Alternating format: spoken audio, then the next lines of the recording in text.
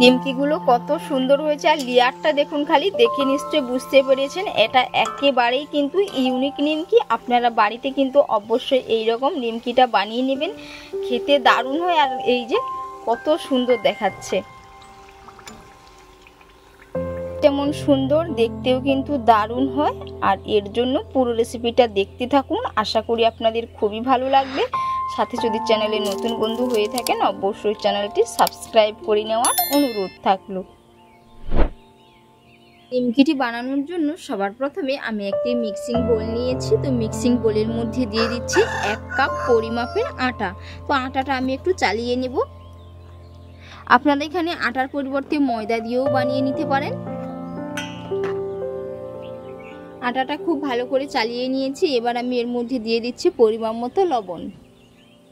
এবার আমি এর মধ্যে দিয়ে দিচ্ছি হাফ চামচ কালো জিরে। এবার আমি এর মধ্যে দিয়ে দিচ্ছি হাফ চামচ জোয়ান। একই রকম ভাবে দিয়ে দিচ্ছি আমি এখানে 1 চামচ ছোট চামচের চিনি। নিমকির মধ্যে অল্প করে একটু চিনি দিলে খেতে কিন্তু দারুণ হয়, এর কারণে আমি ছোট চামচের মাপ করে 1 চামচ চিনি দিয়ে দিলাম। এবার আমি সমস্ত উপকরণগুলো ভালো করে একসাথে মিশিয়ে নেব।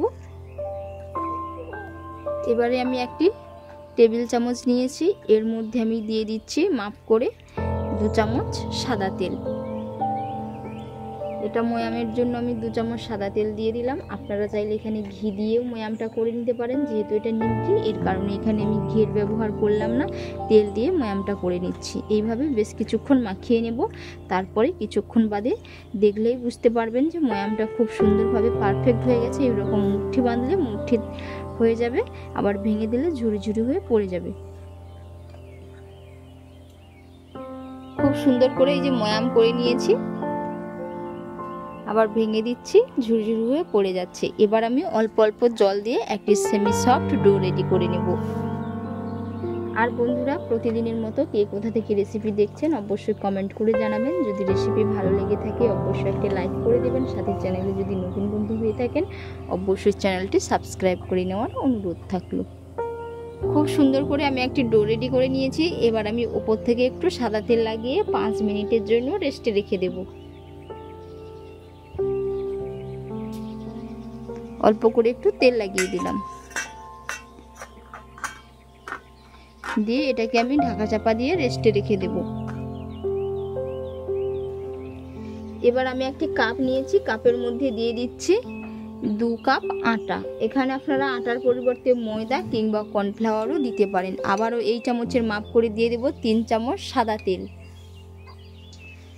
তেল দিয়ে দিয়েছি, এবার এটাকে আমি খুব ভালো করে মিশিয়ে নেব।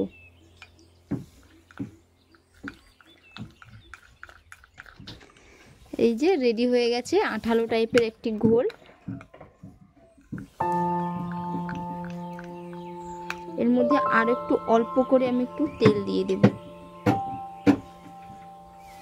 এবার আমি থিকনেসটা দেখিয়ে দিচ্ছি কেমন হয়েছে। এইরকম করে থিকনেসটা থাকবে। এই যে এবার আমি ঢাকটা খুলে দেখে নেব ডোটা আগের তুলনায় অনেকটাই কিন্তু সফট হয়ে গেছে। এবার এটাকে আমি 2 ভাগে ভাগ করে নেব।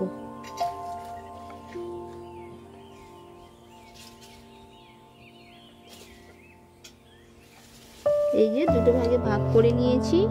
এবার এটাকে আমি রুটির মতো করে একেবারেই পাতলা করে বেলে নেব। অল্প করে একটু আটা ছিটিয়ে দিয়েছি। এবার এটাকে আমি বেলে নেব একেবারেই পাতলা করে। খুব সুন্দর করে কিন্তু বড় করে একেবারেই পাতলা করে বেলে নিয়েছি। আর থিকনেসটা কেমন হয়েছে দেখে নিশ্চয়ই বুঝতে পেরেছেন। বাকি যে আরেকটা আমি লেচি কেটে রেখেছিলাম সেটাও ঠিক একই রকম ভাবে বেলে নেব। আবারও একটা ঠিক একই রকম ভাবে বেলে নিয়েছি। এবার আমি এর মধ্যে আটা আর তেলের যে বেটারটা রেডি করে রেখেছিলাম ঘোল, এটা খুব ভালো করে আমি লাগিয়ে নেব।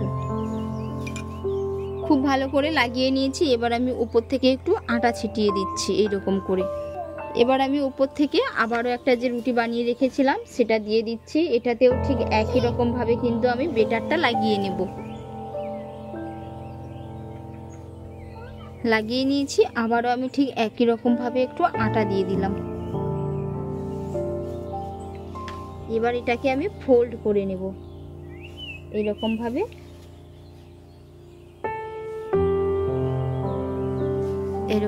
মুড়ে মুড়ে ফোল্ড করে নেব। এরকম একটু হাত দিয়ে ভালো করে চেপে রাখতে হবে।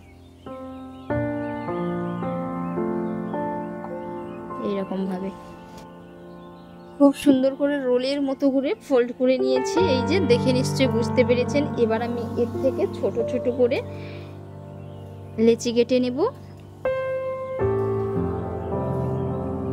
এইরকম ভাবে লেচিগুলো কেটে নেব। এই যে এইরকম সাইজ করে এক এক করে সমস্তগুলো আমি কেটে নিচ্ছি। এক এক করে সমস্তগুলো কেটে নিয়েছি। এবার এটাকে আমি হাত দিয়ে এরকম ভাবে চেপে নেব। এই যে সমস্তগুলো হাত দিয়ে চ্যাপটা করে নিয়েছি। এবার আমি এগুলো লুচির মতো করে বেলে নেব। এইরকম করে লুচির মতো করে বেলে নিতে হবে। এই যে বেলে নিয়েছি। এবার এটাকে আমি ফোল্ড করে নেব। যেরকম আমরা নিমকি বানাই ঠিক একই রকম ভাবে একেবারে মিনি নিমকিগুলো বানিয়ে নেব। এই যে এরকম করে কিন্তু এক এক করে আমি সমস্তগুলো বানিয়ে নেব। আর বানানোটা কিন্তু একেবারেই সহজ, খেতেও কিন্তু দারুণ হয়। এক এক করে সমস্ত মিনি নিমকিগুলো বানিয়ে নিয়েছি। আর কত সুন্দর হয়েছে। এগুলো তেলে দেওয়ার পরে কিন্তু আরও সুন্দর হবে, একেবারে পাট পাট হয়ে লেয়ার হয়ে যাবে। আমি কড়াইয়ের মধ্যে তেল দিয়েছি, তেলটাও খুব সুন্দর গরম হয়ে গেছে। এবার আমি এর মধ্যে নিমকিগুলো দিয়ে দেব। নিমকিগুলো আমি দুটো ব্যাচ করে ভেজে নেব। নিমকিগুলো দেওয়ার সাথে সাথে কত সুন্দরভাবে এই যে লেয়ারগুলো ছেড়ে যাচ্ছে। নিমকিগুলো আমি আরেকটু লাল লাল করে ভেজে নেব। ফুলে ফেপে একেবারেই ডবল হয়ে গেছে। আর এই যে লেয়ারটা কিন্তু দারুণ এসেছে। প্রথম ব্যাচেরগুলো কিন্তু খুব সুন্দর করে ভেজে নিয়েছি। আর সেগুলো ভাজার পরে আমি কিন্তু তুলে নিয়েছি। আর কত সুন্দর হয়েছে, এই যে আওয়াজটা শুনেই বুঝতে পেরেছেন। আর বাকিগুলো ঠিক একই রকমভাবে ভেজে নেব। বাকিগুলো ঠিক একই রকমভাবে ভেজে নিয়েছি। এবারও আমি এগুলো তুলে নেব।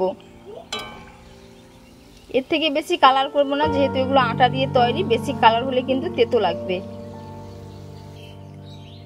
সমস্তগুলো ভেজে নিয়েছি। আর কত সুন্দর হয়েছে, লেয়ারটাও কিন্তু দারুণ এসছে। আর একেবারেই কিন্তু মুচমুচে হয়েছে। এই যে আওয়াজটা শুনেই বুঝতে পেরেছেন। আর একেবারে এই যে গুঁড়ো হয়ে যাচ্ছে।